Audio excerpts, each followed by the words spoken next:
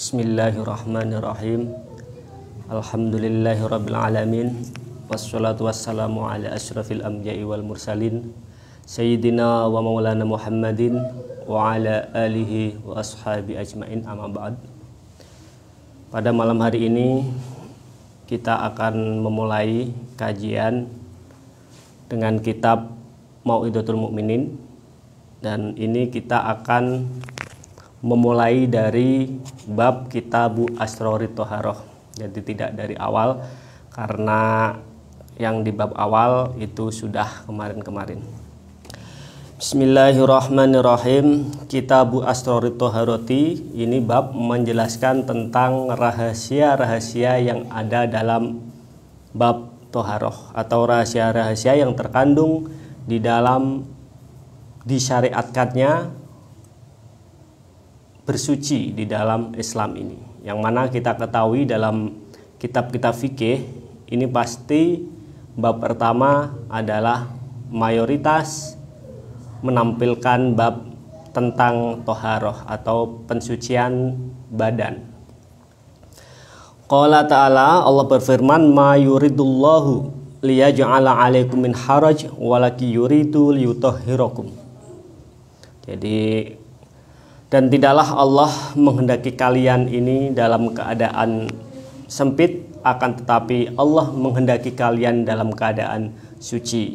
Ini adalah penggalan ayat dari surat Al-Maidah ayat 6, yang mana sebelumnya di situ adalah menjelaskan tentang perintah untuk berwudu, atau dalam secara detailnya ya ayyuhalladzina amanu idza kuntum ila sholah faghsilu wujuhakum ila akhiri, sampai terakhirnya adalah wal yutimma ni'matahu 'alaikum la'allakum tashkurun. Nah, ini adalah rangkaian dari ayat yang sebelumnya. Allah mewajibkan bagi seseorang yang idza qumtum ila sholah, ketika akan mengerjakan sholat, adalah faghsilu wujuhakum. Kita disuruh untuk membersihkan pertama-tama adalah wajah kita, kemudian tangan, ya, kemudian yang mana pencucian tangan ini nanti ilal marofik sampai kepada siku, kemudian wamsahu biru'sikum, kemudian kita juga ada perintah untuk mengusap.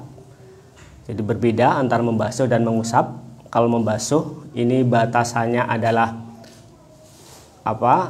airnya harus mengalir, tapi kalau mengusap cukup dengan menempelkan basahan air yang sudah menempel di kulit kita atau dari tangan kita.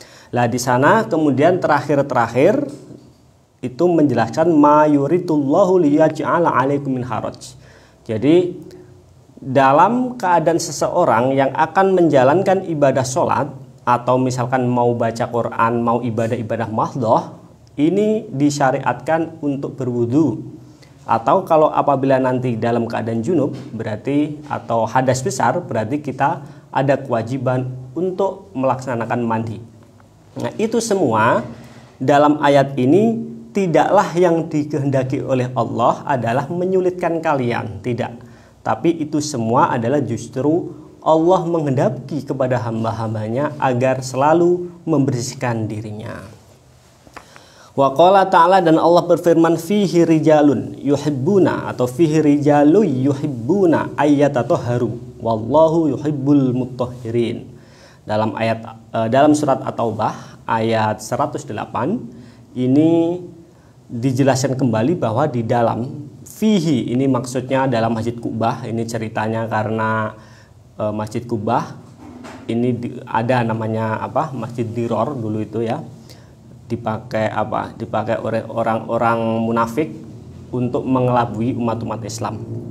Nah, maka di situ ada perintah dari Allah bahwa di dalam itu juga, di samping ada orang yang berniat buruk, adalah fihi rijalu yuhibbuna ayyatatahharu, bahwa di dalam Masjid Kubah ini juga terdapat orang-orang yang mencintai untuk bersuci, dan Allah mencintai terhadap orang-orang yang bersuci.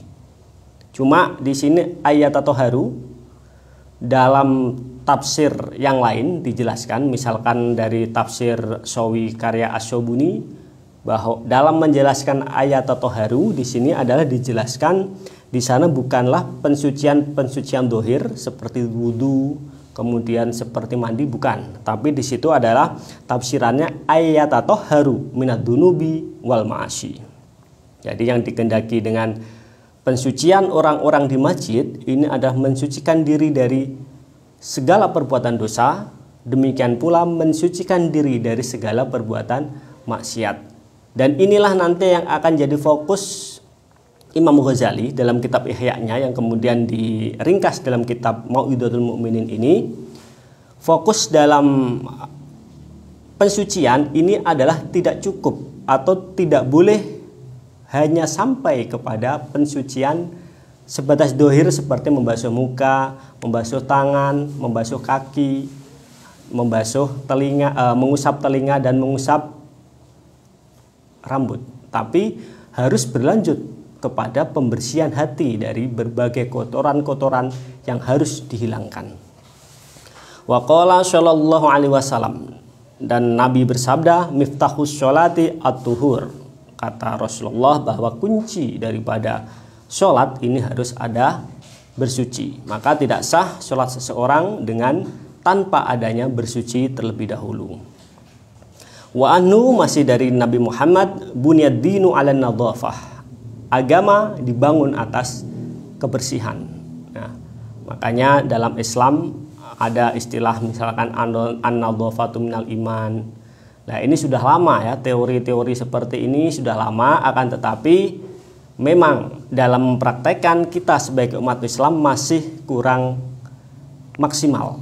Jadi bisa kita lihat rata-rata dari kita dalam hal kebersihan masih kalah dengan orang-orang atau negara yang notabene belum mayoritas pemeluknya sebagai muslim. Nah, ini sebagai penyemangat atau sebagai motivasi kita agar karena kita yang mempunyai semboyan ini, kita yang mempunyai pedoman ini, maka tentunya kita juga harus punya motivasi untuk menjalankannya. Kemudian dalam keterangan ini adalah fafatona dzul basyair bi hadhihi dzawahiri anna ahammal umuri tadhirus saroir.